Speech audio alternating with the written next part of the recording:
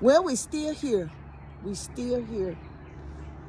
You know, I'm clean. You know, doing some repairs, so you gonna see some trash behind me.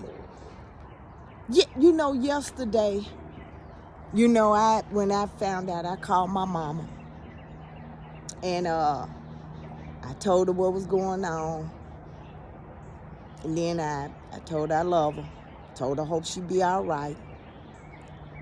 I called the other few family members, called my grandbabies, and then I went to the grocery store and got some wine and something to eat. You know, if it was getting ready to happen, ain't no use in me, you know, getting dying on an empty stomach and sober. Came home, and by the time I came home, it was 5:03. I said, I just got enough time to put this food in the microwave or the air fryer and start drinking me a cooler. Yeah, I'm not a, you know, we didn't get no wine, so I ended up with a cooler. I was gonna drink 3 of them and go to bed. I was gonna give my dog some Prozac, calm their nerves. But see, this is what happened. See, I got up this morning and, you know, and I respectfully called Chuck Fleischman's office. That's my congressman here. And without any anger or anything, I said, you know, yesterday we had a major scare. I said, I just want to know. I said, this president was getting ready to end civilization.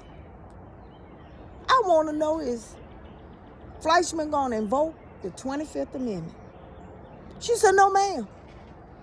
Just as proud as everything else, no, ma'am.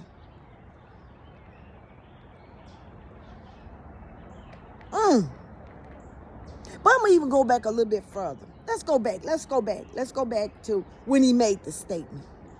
See, everybody looking at it didn't happen. And he gave a ceasefire for 2 weeks. See, he wants you to still believe that, you know what, he's in control. Because he's in a situation where he wrote a check his shitty ass can't cash. It's bouncing all over the place. But we're going to go back. Let's put his narcissist personality into play.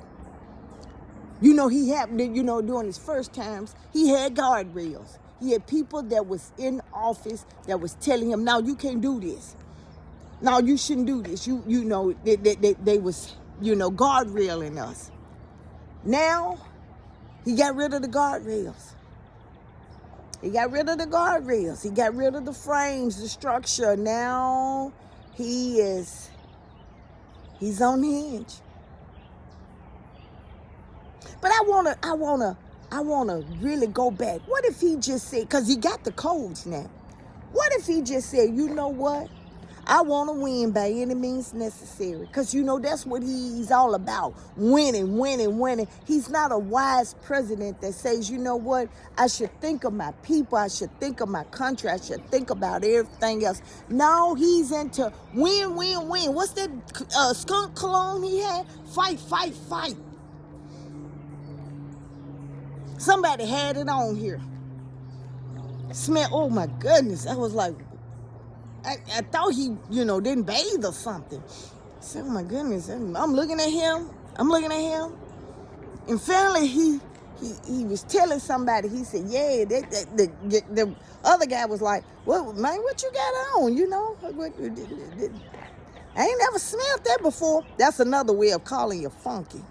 He said, oh, I got Trump's fight. I said, oh my goodness, it smell like skunk. I said, wow. I bet they fighting at him, man, on his job. But what if he don't have any, go back to the guardrails. He don't have no guardrails. He got generals that are doing what he's instructing them to do. You know that he's, the generals now, everybody is part of the war crimes. Soldiers, staff sergeants, high rank, 4-star generals, they are committing war crimes now. Pete Hegseth is committing a war crime now at this point, yes. And see, we ain't never had a war since the Civil War to come over here. See, we used to getting up this morning, listen, hearing the birds, hearing the bees. We ain't sitting up here looking at in the sky for birds.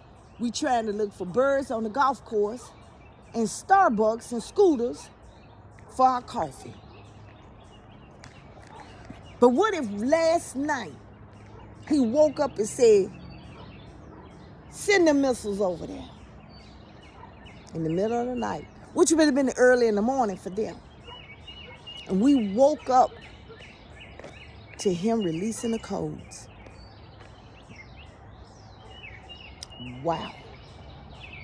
Just thinking of that is a nightmare. So now this is where we got the options now. We got options now. We still do. We got options. Because at this point, and right now, we can continue to say that vote and don't vote. But you know what? Right now, we're in a crisis. Our congressmen, well, in the South, are saying, you know what? We are not going to invoke the 25th Amendment because a lot of them are still riding on Trump. Oh, yes, Georgia didn't vote for a Democrat. They voted for a Republican to send them in. You still got white folks and folks that still think this shit is a game. That we are on Apprentice 3.0 now. They sending Republicans and MAGA back to congressmen in hopes of not to save their children. You know, I thought about my grandkids. I want, you know, and I'm going to tell you something. For all this stuff that's going on and you people are not thinking about your children, your grandchildren, you worried about making an immigrant's life miserable. You worried about how precious this country. You more worried about this country than your children. When you got a demented person, you a sad, sick, a son of a bitch that I have ever met. And this goes for those black folks who sold us out to. You are a sad waste of human being. Because I thought about mine. I'm a liberal, you know. Oh, yes, you know I'm a liberal. I thought about my kids. I thought about the children that was at school, that was going on with their life. I thought about folks who was just trying to live a happy life. And you got these sorry-ass people who have, I don't care what job they in. Look at Stephen Miller. He went, you know, look at him. He looked like Mr. Burns on The Simpsons. He's a sorry piece of shit. All of them. Because they couldn't get a decent job as they had to use race. See, I heard some folks, you know, yesterday it amazed me because I heard some folks that came out vocal that they never came out vocal.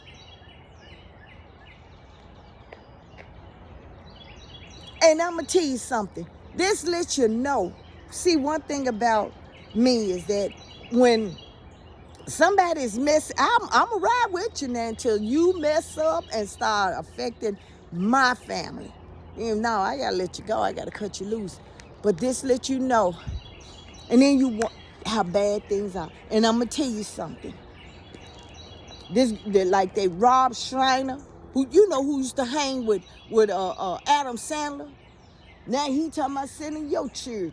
But I'm going to tell you something. And if you ever wonder how Hitler took over and how them Jews became extinct, look at them now. Look at them now. Because I'm going to tell you something. In every race, you have somebody that feel like if they work with it, they got an evil, demented plan like the leader itself. And they feel like if they work for him, he ain't going to touch them. You know, I'm going to tell you something. Trump going to get tired of being called a coward. Because it's making him look bad. And after he get through throwing stuff under the bus, and if we still can get him, his last resort is he may pull that trigger. And the sad part about it is that we got folks in the military that's supposed to uphold the Constitution, that's supposed to uphold the rights to protect our country from foreign and domestic terrorists. Go try to do it, knowing they got kids and family.